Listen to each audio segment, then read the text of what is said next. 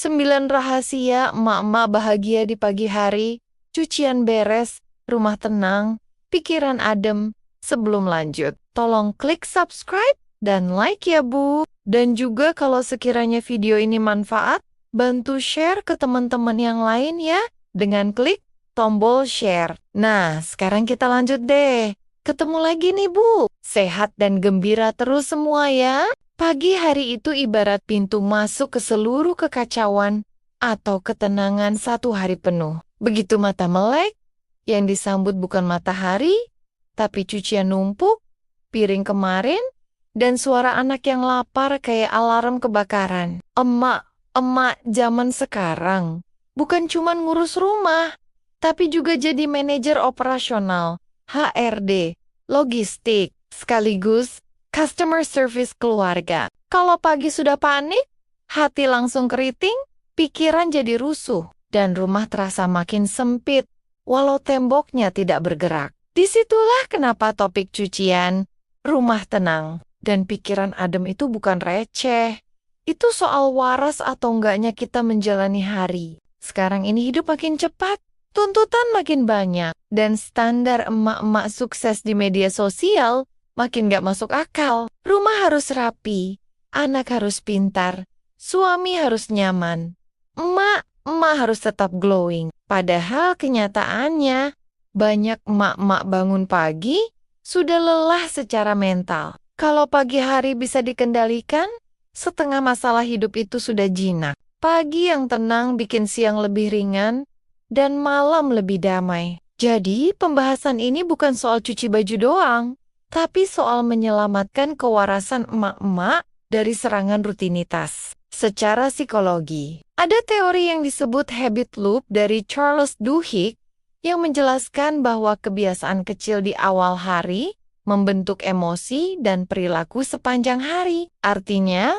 rutinitas pagi yang simple tapi sadar bisa mengubah stres jadi tenang, panik jadi fokus, dan capek jadi lebih terkendali. Makanya pembahasan ini penting banget, karena ini bukan tips ala motivator berdiri di panggung, tapi real life emak-emak yang bangun pagi langsung dihadapkan pada cucian, rumah, dan isi kepala sendiri. Dan disitulah kita mulai. Dari pagi, dari hal kecil, dari diri sendiri. Rahasia pertama itu soal bangun pagi, jangan langsung mikirin semua beban hidup yang nunggu di dapur, di jemuran, di kamar anak, di dompet, di grup sekolah, di kepala kita juga. Karena kalau baru buka mata langsung mikir cucian numpuk, piring semalam, seragam belum disetrika, rasanya jiwa langsung minta cuti. Jadi tarik napas dulu, duduk sebentar, pegang dada, sambil bilang dalam hati, hari ini aku masih hidup, dan itu sudah prestasi. Karena jadi emak itu bukan cuma soal bangun lebih pagi dari matahari, tapi juga bangun lebih dulu dari stres. Dan percaya deh, 5 menit pertama yang tenang itu, efeknya bisa kayak minum kopi 2 gelas, walau kopinya belum sempat dibuat. Rahasia kedua itu mulai dari cucian yang paling ringan dulu. Jangan langsung ngerjain yang bikin emosi kayak spray tebal, selimut basah, jeans anak remaja yang kayaknya dicelup di got. Karena kalau dari awal sudah angkat beban berat, hati ikut berat, badan ikut ngeluh. Mulailah dari kaos tipis, baju tidur, handuk kecil, biar mesin cuci muter dengan damai, dan hati kita juga muter ke mode waras. Karena sebenarnya bukan bajunya yang bikin capek, tapi pikiran kita yang langsung ngebayangin semua cucian itu satu dunia. Rahasia ketiga itu, jangan nunggu cucian segunung baru dicuci, karena segunung itu bukan tanda rajin, tapi tanda kita jago nunda, nunggu mood, nunggu semangat, nunggu keajaiban. Padahal yang datang malah nyamuk. Jadi lebih baik sedikit tapi rutin, kayak diet tapi versi baju. Hari ini 5 potong, besok 5 potong. Daripada seminggu sekali, langsung kayak mau pindahan rumah. Karena emosi emak itu gampang naik kalau lihat cucian sudah kayak piramida Mesir di pojokan. Rahasia keempat itu pas nyuci. Jangan sambil mikir hidup terlalu serius. Mesin cuci bunyi bukan tanda kiamat, Itu tanda kita masih punya pakaian buat dipakai. Dan itu nikmat. Jadi sambil nunggu muter, bisa sambil bercanda sama diri sendiri. Sambil bilang, ini mesin lebih rajin dari aku. Tapi nggak apa-apa, aku tetap bangga jadi manajer rumah tangga. Karena emak itu satu-satunya profesi yang nggak ada gaji tapi tanggung jawabnya kayak direktur, bendahara, supir, koki, satpam, dan psikolog dalam satu badan. Rahasia kelima itu rumah tenang, bukan karena rumahnya besar, tapi karena barangnya tahu diri, punya tempat tetap. Karena kalau barang nggak punya alamat, dia bakal numpang di mana saja, di meja, di sofa, di lantai. Di hati kita juga, jadi mulai dari satu sudut kecil, misalnya area laundry, kasih tempat buat deterjen, ember, jemuran lipat, supaya mata nggak langsung lelah duluan sebelum badan bergerak. Karena Emma itu capeknya sering dari lihat, bukan dari kerja. Rahasia keenam itu jangan bandingin rumah kita sama rumah orang di internet. Karena di video itu rumah rapi, karena kameranya nyala. Begitu kameranya mati, belum tentu lantainya kinclong juga. Kita ini rapi versi hidup nyata. Ada banyak anak-anak lari, ada sendal nyempil, ada mainan nyasar, ada baju nyangkut di kursi. Itu bukan gagal, itu tanda rumah kita hidup, bukan museum. Jadi jangan bikin standar dari konten orang lain, terus kita banting diri sendiri tiap pagi. Rahasia ketujuh itu ngobrol sama diri sendiri.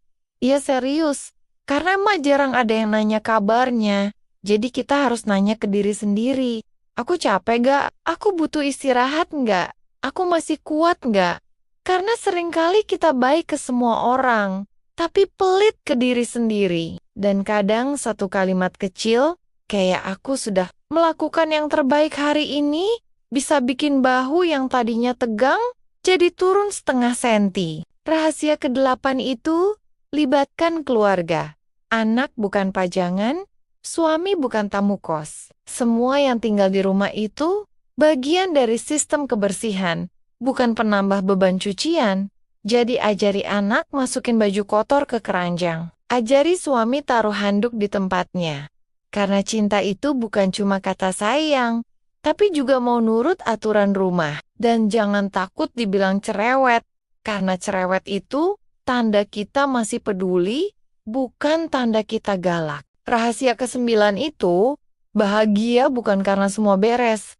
Tapi karena kita nggak nyalahin diri sendiri saat belum beres. Karena rumah itu proses bukan proyek sekali. Jadi, hari ini rapi, besok acak lagi itu normal. Yang nggak normal itu kalau kita terus marah sama diri sendiri. Jadi izinkan diri kita jadi emak yang manusiawi. Yang kadang capek, kadang ketawa sendiri, kadang ngomel sambil nyuci, tapi tetap jalan. Tetap bangun. Tetap berjuang di balik cucian yang gak pernah habis. Sampai di titik ini, kita sadar kalau pagi hari itu bukan soal siapa paling cepat beresin cucian atau siapa paling rapi rumahnya. Tapi siapa yang hatinya masih bisa diajak kerja sama. Kadang rumah belum sepenuhnya tenang, mesin cuci masih muter, anak masih ribut. Tapi kalau pikiran sudah adem, dunia rasanya tidak segala grup WhatsApp wali murid. Di situ kita belajar. Emak-emak itu bukan lemah, cuma sering lupa istirahat sambil berdiri. Mungkin sekarang kita lagi ada di fase rumah setengah rapi, cucian setengah kering, dan emosi setengah stabil, tapi itu sudah cukup untuk disebut proses. Tidak semua pagi harus produktif ala motivator, kadang cukup tidak meledak sebelum jam 9 saja sudah prestasi nasional. Hidup emak-emak itu bukan lomba siapa paling kuat, tapi siapa yang masih bisa ketawa. Meski sandal hilang satu dan kaos kaki beda warna. Jadi sebelum masuk ke penutup nanti, tarik napas sebentar dan kasih ruang buat diri sendiri. Rumah bisa dirapikan pelan-pelan, cucian bisa beres satu-satu, tapi hati jangan terus ditekan. Seolah kita ini mesin serbaguna. Hari ini tidak harus sempurna. Cukup berjalan, dan besok selalu punya kesempatan baru buat jadi sedikit lebih tenang dan sedikit lebih bahagia. So, terima kasih banget buat semua yang sudah menonton video ini. Sampai jumpa di obrolan serta cerita yang lebih menarik di video berikutnya. Salam semangat buat ibu hebat.